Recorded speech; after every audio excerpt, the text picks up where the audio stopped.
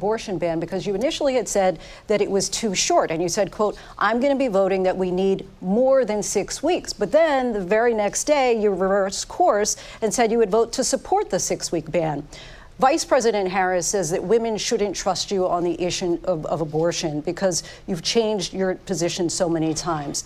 Therefore, why should they trust you? I did watch all of these pieces of video. I didn't detect the sarcasm, lost by a whisker. We didn't quite make it.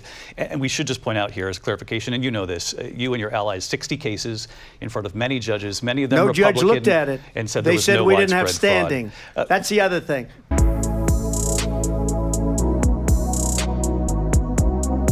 Okay, so this is my first reaction to the debate, and my reaction is I'm not surprised at all at what happened. ABC News is a disgrace. ABC News, with their propagandists, so-called moderators, ran interference to protect Kamala Harris and to try to trash Trump, to try to win over millions of votes, because this is what the media does. This is what the left-wing, mainstream, liberal media does. They are the arm of the Democrat Party. So I'm looking on Twitter, I'm looking on TikTok, I'm looking all around and seeing what people are saying. And a lot of people are saying, oh my God, how dare you, ABC News, what is this? Why are you doing this? I predicted this. I expected this. In fact, for the first 10 minutes or so, they were not interfering, and I was actually surprised. I was like, wait a minute, are these sons of bitches going to be neutral like CNN was when Joe Biden got destroyed a month or two ago? They couldn't resist though.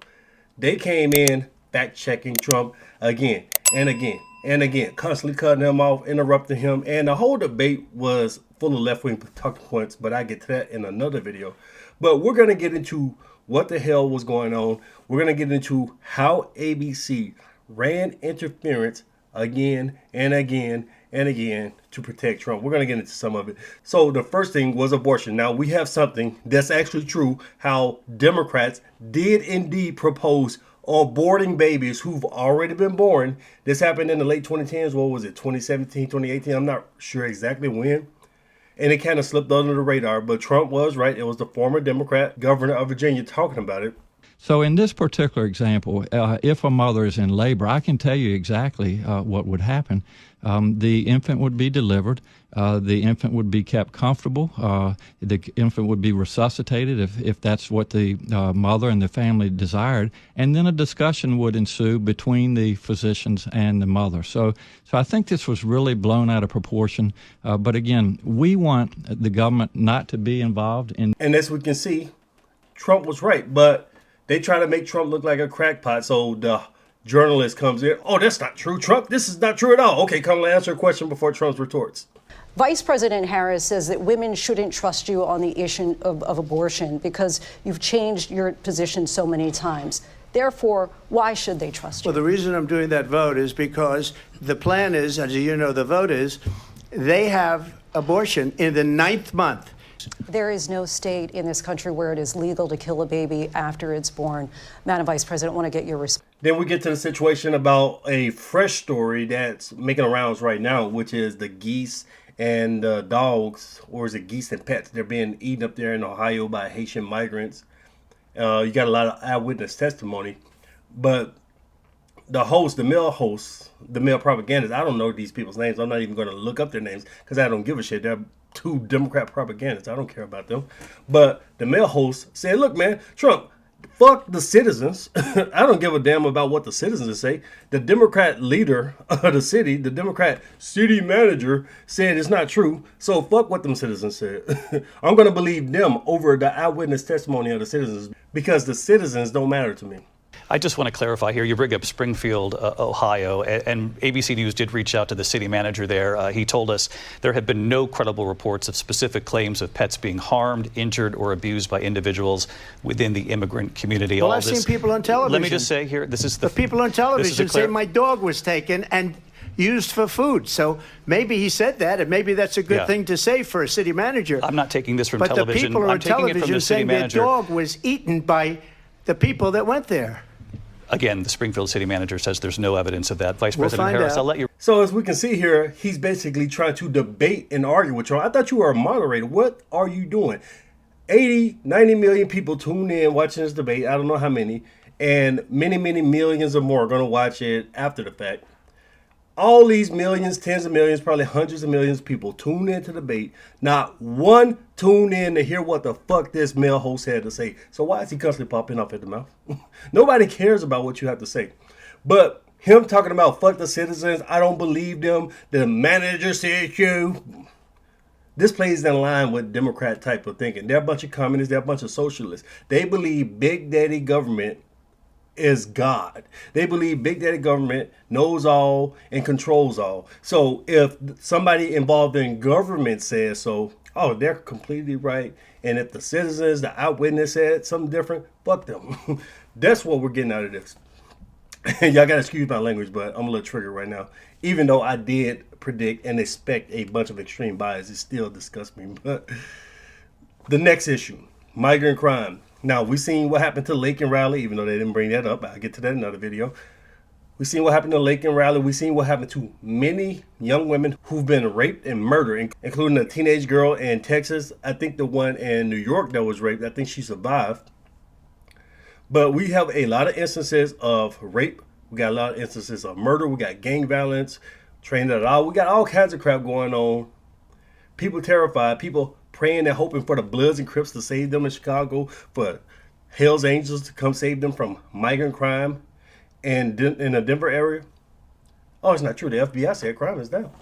Crime in this country is through the roof. And we have a new form of crime. It's called migrant crime. And it's happening at levels that nobody thought possible. President Trump, as you know, the FBI says overall violent crime is actually coming down in this country. But Vice Excuse me, President the Harris, FBI they were defrauding statements. They didn't include the worst cities. They didn't include the cities with the worst crime. It was a fraud. Just like their number of 818,000 jobs that they said they created turned out to be a fraud. President Trump. So again, he's trying to deflect from what Trump is pointing at and say, well, overall in the country, because in California, the government in California is scaring off people from reporting crime in California, like shoplifting, like robbing, stuff like that. So the FBI stats are extremely skewed and the FBI is untrustworthy. This is the same organization that has been extremely quiet about what the hell happened to Trump when they tried to kill the man. Won't tell us anything. This is the same organization in 2020 that conspired against Trump. And now all of a sudden, oh, the FBI said it, we'll take their word for it. No. But this is what these Democrats are doing. They're using the FBI to try to call Trump a liar.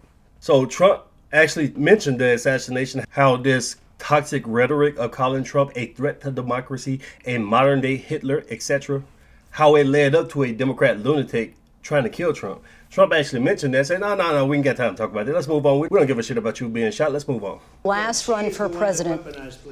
This is the one that weaponized, not me. She weaponized. I probably took a bullet to the head because of the things that they say about me. They talk about democracy. I'm a threat to democracy. They're the threat to democracy with a fake Russia investigation we do have a lot that went nowhere. We have a lot to get to. Lindsay? Vice President. So they didn't want to talk about that at all. In fact, they avoided the whole conversation in a debate because it makes the Democrats look bad and they garner sympathy for Trump. So the propagandists at ABC were going to stay far away from that conversation.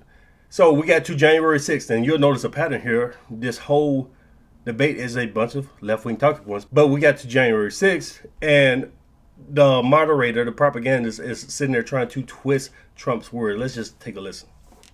Mr. President, on January 6th, you told your supporters to march to the Capitol. You said you would be right there with them. The country and the world saw what played out at the Capitol that day, the officers coming under attack. Aides in the West Wing say you watched it unfold on television off the Oval Office.